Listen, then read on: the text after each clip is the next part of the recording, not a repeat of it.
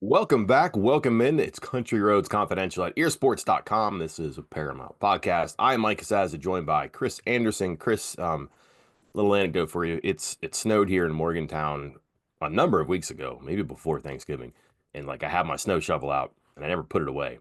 And like people who maybe pay attention to this, my podcast studio here is in the basement. So I'm literally podcasting in the basement, which is not good for the genre, but I have to walk past this snow shovel to get to and from the office. And I look at it, I'm like, am I going to need that soon? Because it's been really warm in Morgantown. It's supposed to snow in a couple of days.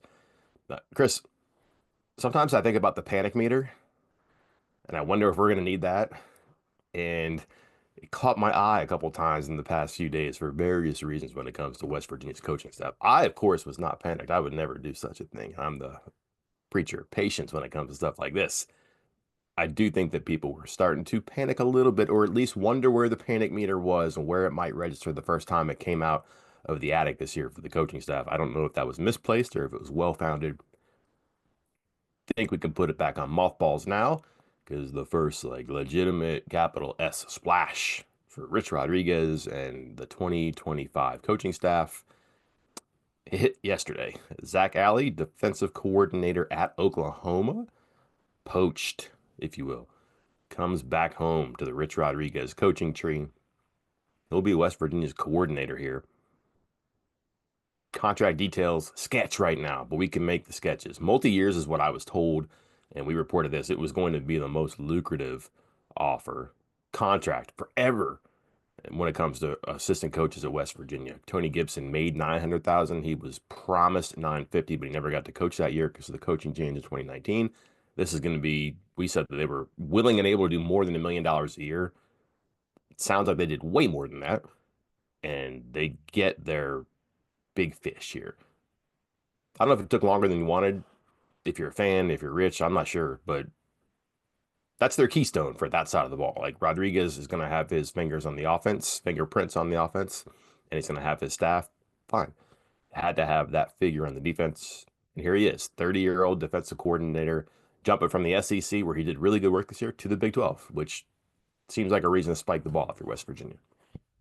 Yeah, I want to talk about the Rodriguez offense defense side before I get to the numbers because the numbers, the text I got was eye opening, if you will. But we said this all the way back, I think, on the first pod that the key to whether or not this would be a good coaching staff, whether or not they had hit the ball out of the park with their hires, would have been what happened on defense. Because you and I agreed, hey, Rich Rodriguez is the offensive coordinator, essentially. Like he's not going to have the name, probably. He's not going to have the title. So the pieces that he puts around him are the pieces that he is handpicking to help him put the best offense on the field. So especially those spots, whoever they might be, kind of feel confident that, hey, it just still comes back to Rich Rodriguez on whether or not the offense is going to work. So focus on recruiting, focus on getting the guys you want, that kind of stuff. Defense, that's where it needed to happen. And for a long time there was no movement. There was not a lot going on, at least publicly. Obviously, the Zac Alley thing is being worked on behind the scenes. He coaches in a bowl game on, was that Friday, right? Yeah. And then boom, things happen pretty quick. He's discussing it in his post game press conference. He's, I want to say denying it, but a lot of time, hey, I love this defense here at Oklahoma. But Mhm. as our guy over at Oklahoma State side said, he never denied it. There was no outright denial, just a lot of positive talk about Oklahoma's defense and who's coming back. And the number I got when the news broke that he had, agreed to a deal with West Virginia, I just received a text that said 1.57 / YR exclamation point, exclamation point. 1.57 a year. Like that is last I checked, well over $1 million. It is a hefty sum. And that's okay. If you want to compete at the highest level of football, that is like that's fine. You got to do it. And especially if, and I we again we haven't seen all the contracts, but knowing what we know about contracts, knowing what we know about the market, especially for young coaches, West Virginia hadn't spent a whole lot on their coaching staff up until this point. a lot of the guys that we had, already reported as being hired or as being coming to West Virginia, some of them from Jacksonville State, some of them from elsewhere. There are all those guys that are probably in that 150 to 250 range, which is on the lower end of Power Four football assistant coaches. And you have to have those guys on your staff so that you can then pay the Zac Alleys of the world and 1+ million. So this kind of works, but I got a question for you, Mike. Does the 1.57 does that scream to you bidding war between West Virginia and Oklahoma? Because just saying the number tells me, hey, West Virginia came in with 1.1. Oklahoma might have convinced him to stay for 1.4. And then West Virginia backed up the Brinks truck and said, enough's enough, 1.57. I'll just go on the reporting that we did, which was pretty loose on this, but still pointing in the right direction because a lot of the smoke that we were getting from Oklahoma, Chris, is like they didn't think this was going to happen. They didn't think you'd leave Venables, and they're like, yeah, maybe Venables is on thin ice in hot water, whatever, but maybe you want to help your mentor get out of it. And yeah, man, he spent a couple years with Rodriguez at Louisiana Monroe and Jacksonville State. Spent more than twice as long with Venables at Clemson, and then Venables gave him the shot in the SEC. Like that's a hard thing to walk away from. But those people also thought that Oklahoma would outspend and could outspend because like Alley was the lowest paid, I think, defensive coordinator in the SEC last year. Now, part of that is because they were paying three defensive coordinators, they had three co-coordinators, but there were three other coaches on the staff who made more than him, and one of them wasn't even a coordinator. Bill Bedenbaugh made more than $1 million. So there was a lot of room that people thought that Oklahoma could make this work. So what we had was that West Virginia felt really good and that they thought it was done. And if it didn't get done, something went wrong. All right, what would that be? Well, that was because like Oklahoma had the ways and the means to do something wrong for West Virginia's cause here, which is, I don't know, give him more years, more money, more control of the defense. Like they had the lures to keep Zac Alley there. Never mind the relationship with Brent Venables. So I think when things got quiet Saturday, like I never thought it was going to happen after the game Friday. That just doesn't work. Not how it goes. Some of the stuff that we had heard was like, hey, we're going maybe West Virginia. Let's win this game. Let's coach this game. Let's let our like minds clear before this and then talk after the game. And maybe that did happen.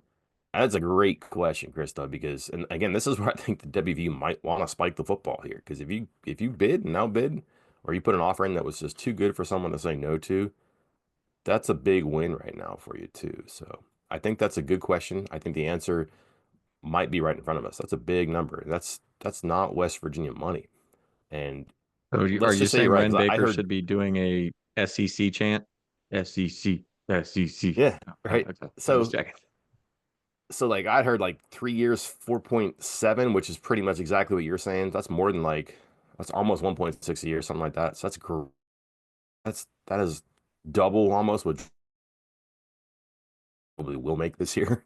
Um, so it's a big commitment too. You're talking like in excess of 20% of your budget for assistant coaches too. Um, I wonder if they were comfortable starting there. Doesn't make any sense. Were they comfortable finishing there? Here we are. Probably had to be. So, good question, and the answer might be right in front of us. It might be that they just said, "Got to fix this." Um, we'll know. I think we'll get like a TikTok of that one as to what happened, but um, tough question to answer without having all the details in front of us, and probably never will. It's funny that you mentioned the Venables being on thin ice because the same person who texted me the 1.57, again, not related to West Virginia, involved in the coaching search stuff. One of the other messages he sent me was Allie has to get out of there. That whole coaching staff's getting fired next year.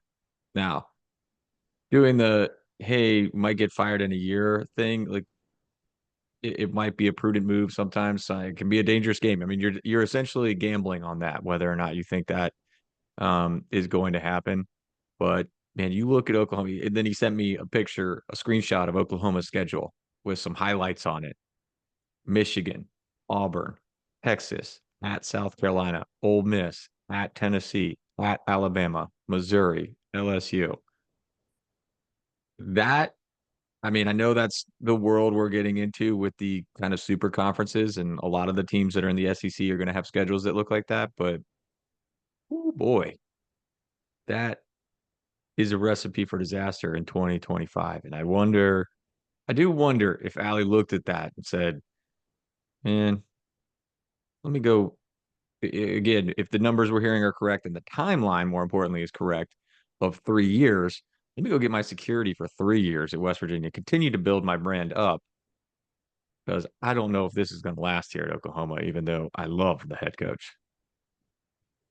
Yeah, 3 years is pretty normal for West Virginia coordinators. They've gone multi-year and position coaches for a long, long time now. But I want to say that Scott and Leslie, ever since they were both at the same time or even separately coordinators, they all had 3-year deals. So that makes sense. I would be surprised if it's 4 years. And then what are the extension rollovers? What's the buyout? What's his bout at Oklahoma too? Because I'm imagining they probably had him locked up for some reason, or for some number of seasons there too. They want to protect their investment there. It's really interesting. I mean, it'll be picked apart for sure. Right now, it'll be celebrated because it's such a big deal for them too. Um, let's let's discuss them for a second. What they're getting here. If you look at what Oklahoma did in 2023 versus what they did in 2024, the improvement, Chris, is pretty dramatic. And then remember too that the SEC is a little better than the Big 12. So I don't think anybody has a problem admitting that. But like their statistical improvement this year was pretty notable. And this is the year that he moves there. And is he in charge? In charge? Again, hard to say. I haven't followed them completely, but if he's one of three coordinators and you're working for Venables, how much of the defense is yours? That question might actually be why we're here today. But just the work that they did and the improvements they made this year going into the SEC is pretty significant. So here's how they were in 2023, Chris.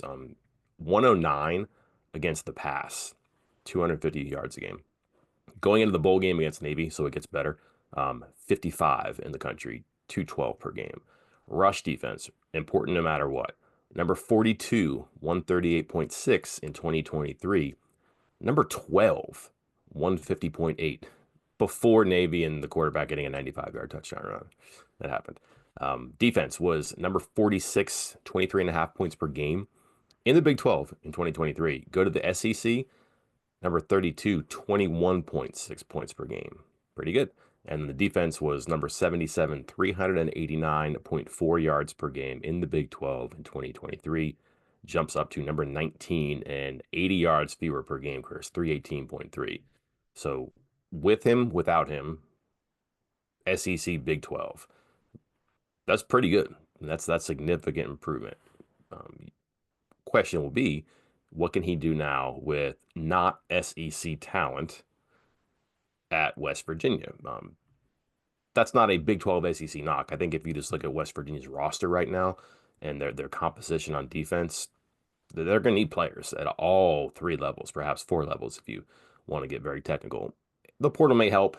Maybe he can get some guys from Oklahoma, but he's going to be moving to a different world right now where the ingredients will be different, which means what can he do in the portal? What can the staff do? What can their talent evaluators do? Don't know. That just seems to be the big question right now because the improvements with him, without him, the stats with him, without him, that's evident. The improvement was evident this year. What do we get in 2025? Don't know. That's the question now. And you give yourself the right to ask that question if you're West Virginia when you write a check like the size it has for Zac Alley.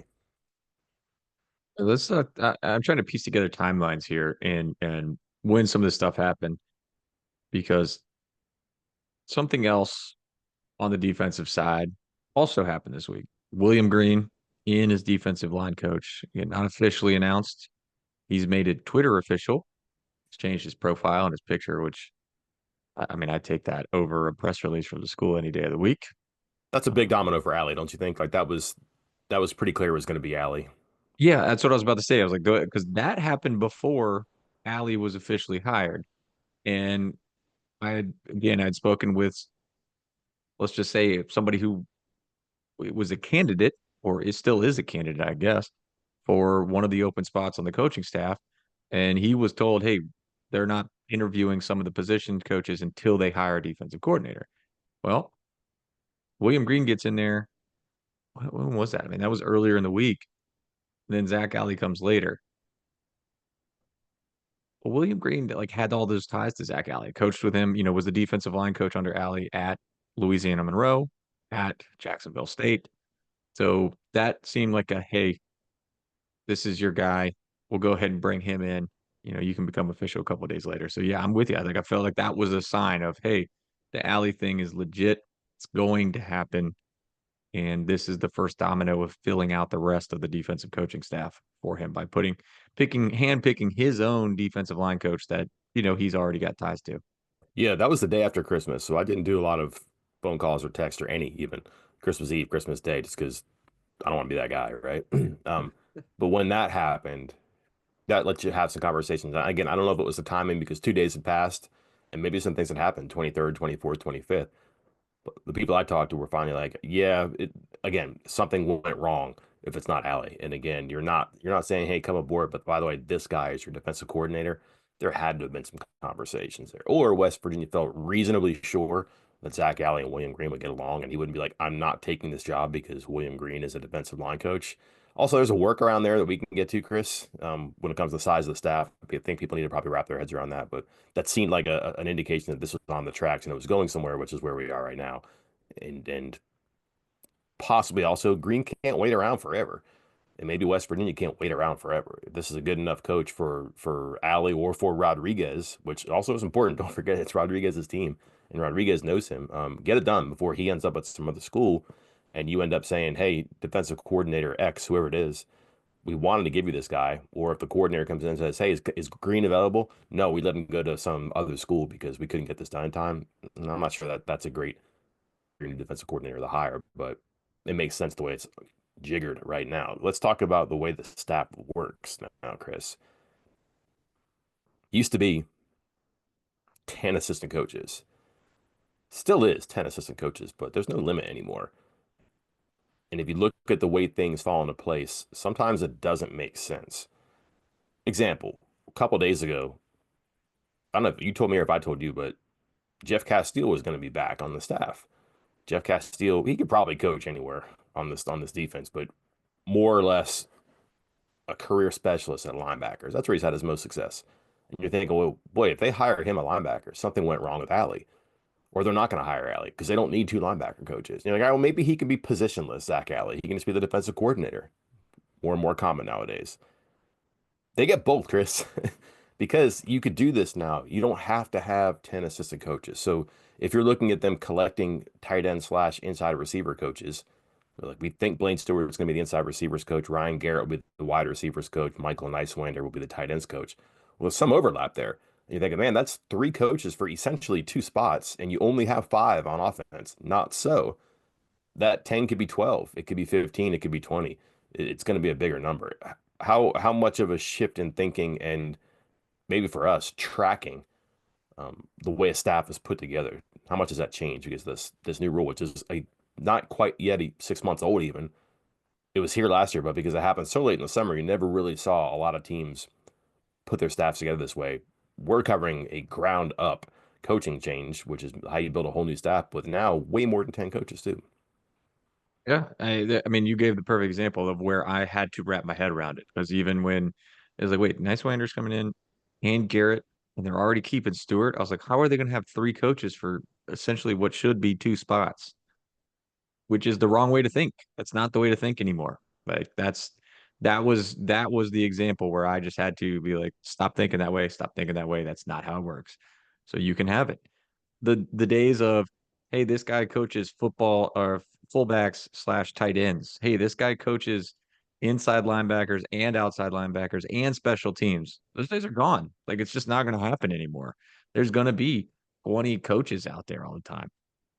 There are pluses and minuses to that. We can get to some of the minuses in a minute, but the staff is going to be a lot larger. The thinking of 10 is no longer the way to think. It's just not. I could see situations where, again, like I just said, outside linebackers, inside linebackers, if they have one of those horror slash bandits, maybe there's somebody who just focuses on that.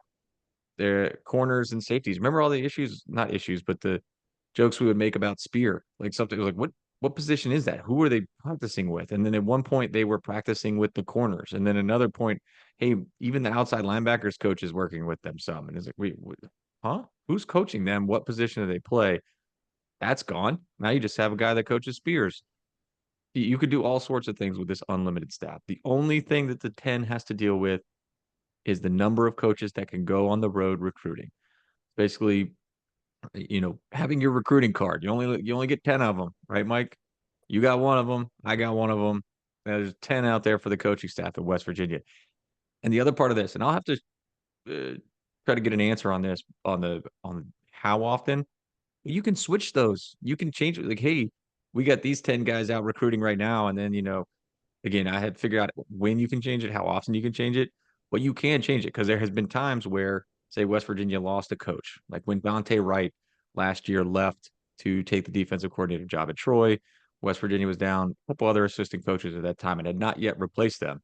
Well, guess what? A couple analysts, a couple graduate assistants, they were on assistant to the assistant coaches. They were on the road recruiting. They just got replaced. You just got a new 7, 8, 9, 10 out there. And that's what's going to be happening moving forward. I could absolutely see them saying, here's 10. It really is closer to 15. It's just like 5 guys that are permanently recruiting and then 5 guys, 10 guys that swing between the last 5 spots and say, hey, we're all locked up at, running back. So let's switch and let this guy go out on the road because he really needs to focus and has a lot of ties in, say, North New Jersey, up near New York City. We really want to get him out there. So he's on the road this month, this week, this period, and so is not. Chad Scott, you stay home. I mean, I wouldn't take Chad Scott off the road. That's a bad example because he's probably one of the best recruiters on the staff. But just giving you an example because I said running backs coach. And if you're panicked about, man, Rhett Rodriguez, I understand he knows the offense and he can probably coach it because he played the offense for his dad to bookend his career, but can he recruit? Good question. But there's your answer. He doesn't have to be a recruiter. Maybe he can get some reps during the season. Maybe he can go out during like one of those periods for a week or 10 days, whatever, and then you file the paperwork and you make a change, put someone else out there, whatever. But again, he doesn't have to be the answer to that question. This needs Chris. Couldn't find the mute button. Sorry about that. Um, that's what's so unusual about this is you're looking at some overlap, but this is not college anymore, Chris. This is like NFL style coaching. And if you're going to go to the NFL model for player acquisitions when it comes to like the free agency thoughts that people have about signing players or re-signing players or signing bonuses or retention bonuses, okay, that works. But then why not run the whole thing like the NFL too? And you've seen that with your front offices, your general manager, your talent evaluation, talent acquisition titles you've given people, never mind their roles. Well, NFL staffs are huge because it's so important. And like if you're given twice as many players to a college team, you're gonna need more than 10 coaches to do it adequately. So yeah, the fullbacks, the hybrids, the Spears, the Bandits, those players that are tweeners in position, it's not fair to put them into one room with players who are clearly defined as a safety, as a corner, as a tight end, as an outside receiver, and they're coached by someone who is specifically aligned that way. If you can get more voices and more experts in there, that's great. And you might look at, again, this is unfair to Castile, but hey, he hasn't coached in a while. He was an analyst before. It's essentially the same thing. He's not going to make assistant coach money, I doubt. But if he can come in and teach this defense to people, he knows the defense. Like there's not a lot. Who's a better resource that's living near the stadium that knows Rodriguez, that knows Zac Alley? Jake Castile probably going to be a part of this too. That's Jeff Castile's son. He was at Jacksonville State last year. They were still running Alley's defense, even though he was in Oklahoma. Just makes sense. And again, 2 years ago, it doesn't make a lot of sense because you have that finite number of positions. Now it's infinite. Now, is West Virginia going to have 30 assistant coaches? No. And then how they can afford this leads to the question we can get to next. But it's a different way to think now. So if you're putting together hot boards, which hopefully this is the end of that, right? You don't have 10. So like it might make sense to be like, all right, here's your 5 traditional offensive positions, here's your 5 traditional defensive positions. That's fine, but you may only have half to 2/3 of it covered, Chris. There might be a lot more assistant coaches there. And for me, I just was thinking they're not going to take Castile back unless he's going to be an analyst, which that may make sense because there's other names there at linebacker that make more sense. Wait a minute. I'm thinking like it's, oh, I don't know, 2022, 2023. And that's not the way it is anymore. In 2024, you have these huge staffs, which is better. Leads to this, Chris. At least $5 million available. Who counts toward that? Is it the 10 core coaches that go out and recruit? Or whoever would be the most likely? Because you said that 10 can float. But let's just say that you rank 1 through 10. The 10 highest salaries count toward 5 million. Is it anybody who was a position coach or assistant position coach? Is it all right? Is that actually 7.5 total? So however you get your support staff and all your coaches up to 7.5 will make it work. Another question I'd like to ask and answer, but how do you suppose this goes? Because this is a total guess right now, right? At least for us. Yeah, I mean, I think it's going to be the staff is obviously going to be way bigger than 10. And so I feel like that number, because wasn't it five and then plus another 2.5 for, so are we just going to, one, I don't understand why we have to differentiate between the two. Just put a big fat number on it, especially if there's going to be so many people. Because then the 2.5, is that for the recruiting department and the trainers and the strength and conditioning? Or are those people in a completely separate bucket, a separate budget bucket, if you will? Um, I'd be nice to have some clarification. I doubt we'll get it. You can probably FOIA that if you want to try, Mike. See if we can. All right, all right, all right. Let me send you down another line because we got talking about this being like an NFL staff. So I pulled up an NFL team, and then I'm gonna spring something on you from this, by the way. It looks like I'm here, and because yeah, then all of a sudden you start getting into quality control coaches and assistant performance development and stuff like that. You're getting well over 20 staffers for this NFL team that I'm looking at. Try to focus it down onto actual on-field coaches. And yeah, you're looking at a team like this is the Buffalo Bills. They have a coach who only coaches nickel corners. That's it. Just nickel cornerback coach. They have multiple defensive line coach, multiple offensive line coaches, multiple special teams coaches. So it does get very specific, if you will. You know who else is on that staff, Mike? Buffalo Has he been Bills. active on Twitter lately? He has been active on Twitter lately, Mike. I wanted to get your thoughts on Jamil Adai giving the old salute to the hiring of Zac Alley at West Virginia. Was that a not so subtle jab because he was in contention for that job? How serious was he in contention for that job? Or is everybody reading too much into social media posts? I think Adai is really good at the game, maybe too good for some people. So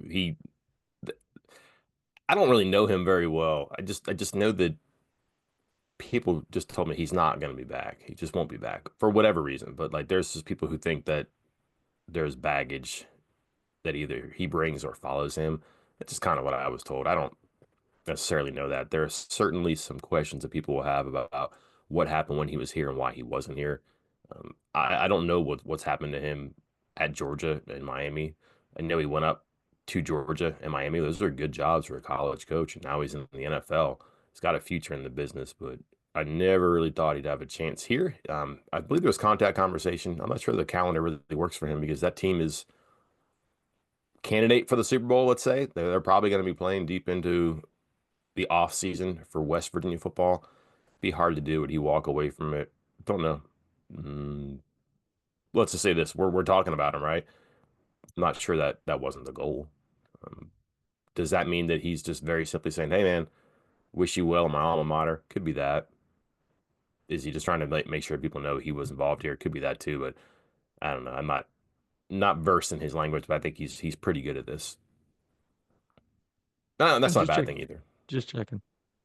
I have a question for you. Yeah. This comes from somebody who gotten to know in the past couple of weeks. Sent me a message last night. I did not see until right before we sat down to talk, but I think it's a really good question. So I'm gonna read this live, and if he's like I said, that if he's listening or watching, here's my answer. You've been covering coaching turnover for a long time. Ow, man. You've been covering coaching turnover for a long time. Would you say this one has come together in a very unorthodox manner? It seems like he's not really going to need to spend a lot on these assistants with the budget he has. he must be looking to spend good money on talent evaluators in the transfer portal. I think it's a really good question. Is this unorthodox? Is he getting guys who know the portal? Is there going to be a preference on recruiting? Because again, no offense to Jeff Castile, I'm not sure how adept he is at the portal. I'm sure if he sat him down in a room with film, he could pick out the players he wants. Could he pull them out of the portal? Can he go into high schools and recruit? Guess what? Probably doesn't have to, but he can coach them on the field.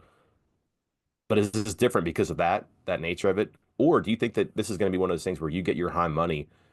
Maybe Alley's like a wunderkind when it comes to recruiting and getting guys out of the portal, whether he likes them because they're a name or an all conference player somewhere else, or because there's something there that he sees and maybe others don't appreciate, and you give them good money. So could we see position coaches on offense, on defense, who are going to get good money because they might be young, they might be ambitious, they might be, I don't know, accomplished even, Chris, and that's where the money goes. You're going to have to split this pie up some way. Are we seeing the answer play out in front of us here? I think it's a really good question. Like, is this unorthodox? Why? And is he going to spend money on ways to get players out of the portal? I don't think that's unorthodox. I think there has always been a when you look at coaching staffs, even going back to the pre-portal days, you would always get a mix of the veteran known coaching types and then the younger, better recruiting types. And you would hope that that blend would help get the talent in and then develop the talent once it got there.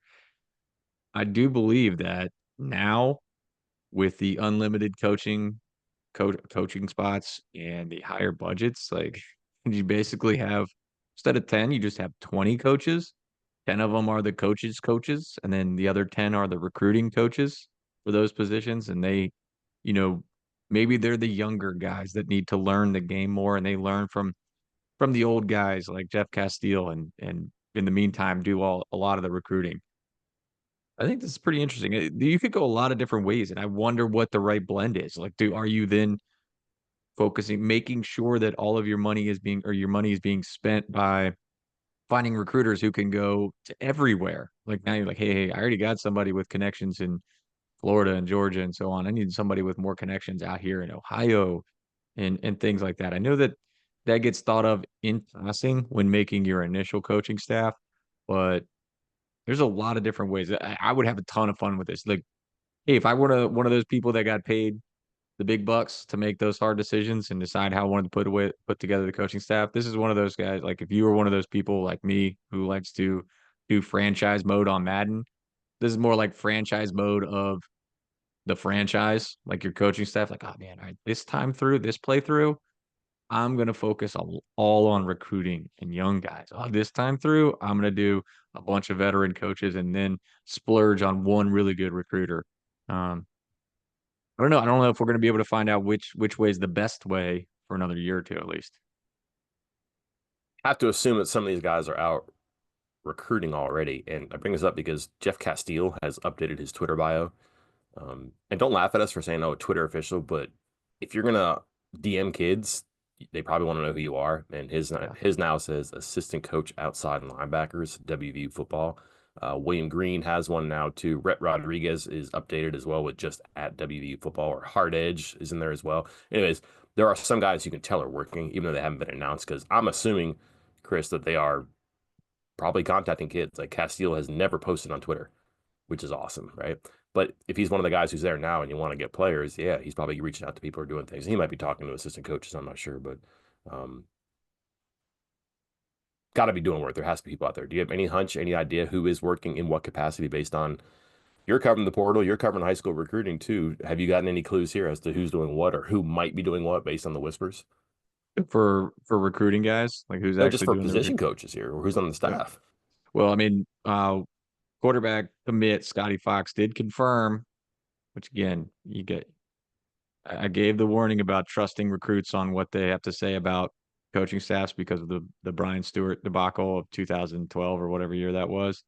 But he said that Red Rodriguez was the quarterback's coach, which was something you reported as likely. Again, we left it open of, hey, not sure what role, but probably quarterback's coach. We'll see if it's analyst, quarterback's coach, whatever it is.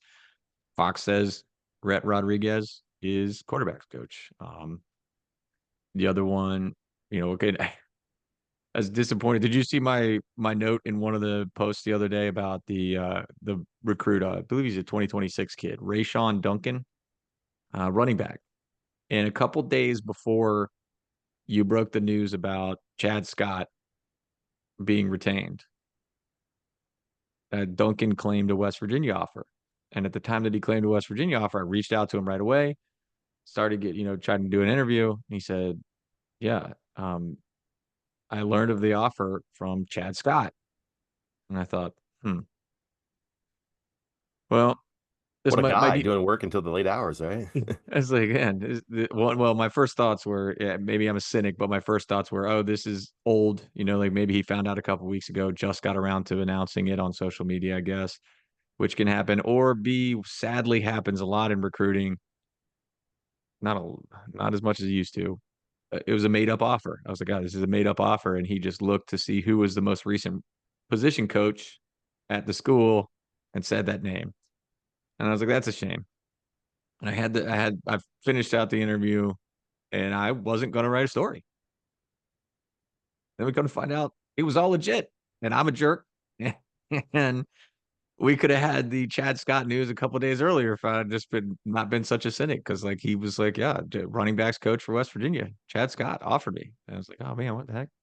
So Well, I'm glad you didn't because I really wanted to drop what I was doing on Christmas Eve and report that. I don't want Yeah, to take that from let's you. I'd hate to take that from you, no, Mike. thank you. Let's wrap up by rewinding, Chris, all the way back to Wednesday with the news that Chad Scott comes back. That was the splash before Zac Alley, and we can kind of go what we know position by position here. But let's just start with Chad Scott. Now two coaches coming back. We'll start with Scott. I have no idea how we landed here. I would assume that Rodriguez probably paid attention to who the interim coach was and was calling plays on offense just because he's the head coach and he's going to be in that seat pretty soon. I just thought this from the very beginning, and I said this in the initial hot board. It's not hard to know of Chad Scott, to be around Chad Scott, to follow Chad Scott, and to see him working with Rodriguez. It's different strokes, different folks. I get that, but Scott is energetic. I think he's got a hard edge, Chris. I just thought that was a fit. It's not note for note. I just thought it was a fit and extremely popular among the players. Can he pull players out of the portal? Don't know. Like back to campus, I don't know. Can he get players on campus from the portal from high schools? We know that. I just think this makes sense. And if you're going to be a running offense, he likes inside zone. That's a lot of what Rodriguez does. It's different. I understand that, but you're telling me Chad Scott can't figure out how to run the ball or do handoffs in Rich Rodriguez's offense? No way. Be curious to see what the years and the money is. A cynic might say he's not going to have $725,000 salary because he's not the co-coordinator or the coordinator anymore. I don't think that might change too. Who knows? But again, that's down the road. Just on the surface, or what do we think about this, Chris? To me, it seems like again a win for everybody. I don't know what's bad about this. I don't think Yeah, no, anybody I has an think issue with this either. yeah, I think it's good. Again, he was somebody that we talked about when they named him interim head coach. We were like, hey, the only reason, basically, we think he might not be the choice is because he's too popular. He was so popular that it might not be a good choice. Um, but he's been an excellent recruiter. His position, again, it, I'm not trying to pick on our board. I love all of you equally. You're all fantastic. But Mm. some of the comments about some of the coaches that are living, yeah, any coach that stays or whatever, this team's been mediocre. Don't want them all back. Got it. With the position coaches and assistant coaches, you really have to focus on the position because if we're doing that, hey Mike, do you want Zac Alley, whose Oklahoma team went 6-7? Of course you want Zac Alley because their defense was great. The reason Oklahoma went 6-7 was because their offense stunk. So focus on what position they coach, what group they coach when you're looking at assistant coaches. And running backs have been good to great every single year that Chad Scott has been at West Virginia.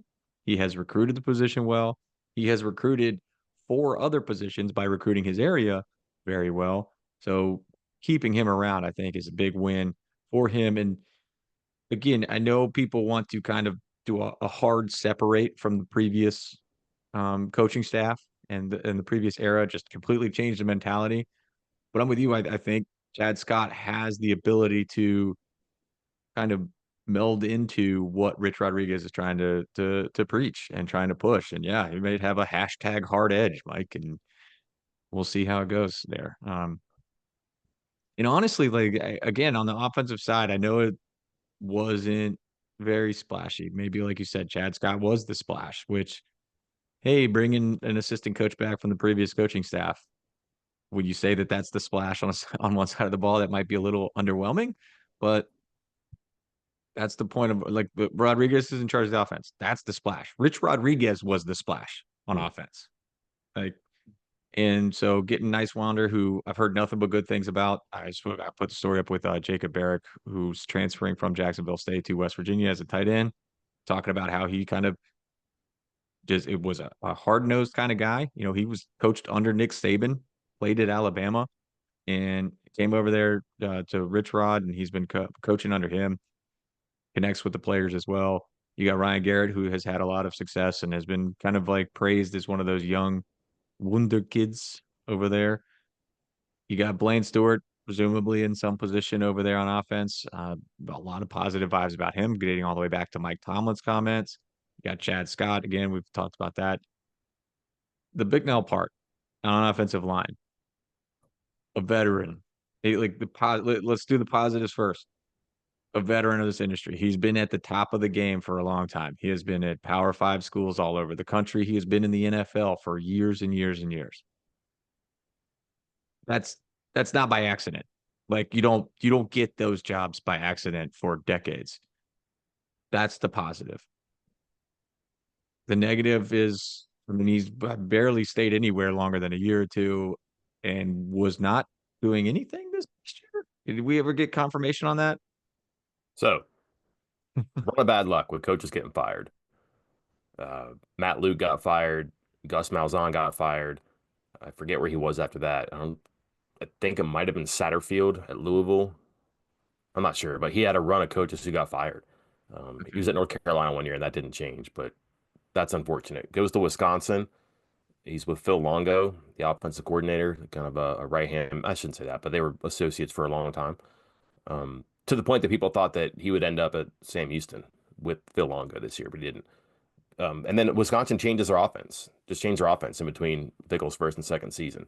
So they found a different idea and maybe a better fit on offensive line. So he was like executive director of football operations, which is basically, hey, like TPS reports, Chris, things like that. Just show up and collect a paycheck. And his severance is still getting paid out to him through March, I think. So West Virginia might get a little bit of a discount here too. Seems like a good coach who's, again, if you look at the resume, yeah, some of that's bad luck. Some of that he might have done a poor job too. I can't speak of the NFL experience, but like I think if you look at some of the statistics and the averages for the years he was there, like they didn't get fired because he didn't know what he was doing. Like they ran the ball well at some of those stops. Like the last year at Matt Luke at Ole Miss was good. The year at Louisville was good. The year at Auburn was good. I don't have this in front of me, but I did look at it because I was curious. And some of it's bad luck, but the team still was okay running the ball. And for reasons like you're saying, did Oklahoma go 6-6 because of Zac Alley? Probably not. Did they get fired at Ole Miss because they couldn't run the ball? Probably not. Did they get fired at Auburn because they could run the ball? Could run the ball? Probably not. So there's ways you can look at it. I think it's kind of like an ink blot a lot of times. If you're excited about it, you'd say, man, this guy's just had a run of bad luck here, and he's refreshed and ready to go because he's been out of football for a year. There are gonna be a lot of coaches every year who do that, Chris. Like the head coach here last year might not be in football this year. Do you think Neil Brown doesn't have a career coaching? Actually, that's not a good question because some people probably think he doesn't, right? But this guy was just on the sideline for a year, probably trying to find the right landing spot. And maybe this time of your life, Chris, you got to figure out, all right, football is different. And if I just lost my job because I wasn't what they wanted, shifting gears, maybe I got to step back and figure out how to be more diverse as a coach. I've been this type of a guy or this type of run game forever. Maybe I got to diversify. That's possible too. It's a, it's a, it's a, it's an observation, sure. I don't know if it's a critique or a complaint without like great access to what happened there. And I think if you just look at the fact that coaching changes happened, how much it was because of him, don't know. The NFL stuff, I'm not sure. Just not sure. People kind of like, well, actually, me some of that with the Steelers because they had major injuries. Running back was like a rookie. I think Le'Veon Bell was a rookie. They were like on their third or fourth center that year, and the running game didn't go well. And the Steelers don't fire people, and he was there 1 year and he wasn't the next. Okay, but again, did he pull hamstrings and roll ankles at the center position? Probably not, right? So there's probably some explanation there that needs to be done. That might be on us to do. I have a feeling, Chris, that a lot of what people are hearing today, they're probably going to read sometime soon because one, we're awesome. We have great ideas and they need to be shared with the world as often as possible. But I feel like as we're talking these things out, we're solving our own little problems in our head, our little riddles and mysteries too, which probably not that people aren't capable of this, but I think it's really worth explaining a lot of these things. Not just the 10 people that no longer is the norm on the offensive staff or defensive staff combined, but also why a guy like Jack Bicknell was a really good college player and been around as a college coach, an NFL coach. Like, why was he available? Why wasn't he coaching last year? There might be an explanation there, and it might be pretty easy again. So That said, his name is not Garen Justice, yeah, Rick Trickett, Greg Fry. I'm not sure Greg Fry was ever really a candidate, but Walter Bear Young was at Tulsa, and Greg Fry was the offensive line coach last year. So that perked my antenna up for a little bit. Honestly, Chris, a name I never heard. I knew who he was. I just never heard him in the coaching carousel here for West Virginia this year. That one caught me off guard. I got caught looking there for sure. yeah. No, I think and that's the one. Like I feel like there's probably one every like when you're filling out, hey, 20 spots for a coaching staff, might not go 20 for 20. Did you hear real quick, the last thing? Did you hear Rick Trickett's radio appearance Yeah, last week? I heard it was enlightening, but I did not listen to it. Somebody sent me the clip of him essentially saying he did not want to or coach at a level where the players were making more than he was, which Yeah, I mean that's something we reported like as before, like as he was a candidate was, hey, one thing I'm hearing is he doesn't want to go to this level because he doesn't want to deal with the money that's involved with the players. And that's unfortunate. He's a guy that knows the game, but like you said, once especially, at his age, like, does he want to deal with that kind of stuff? Probably not. I mean, people are retiring because they don't want to deal with that kind of stuff. So good thing he's not retiring.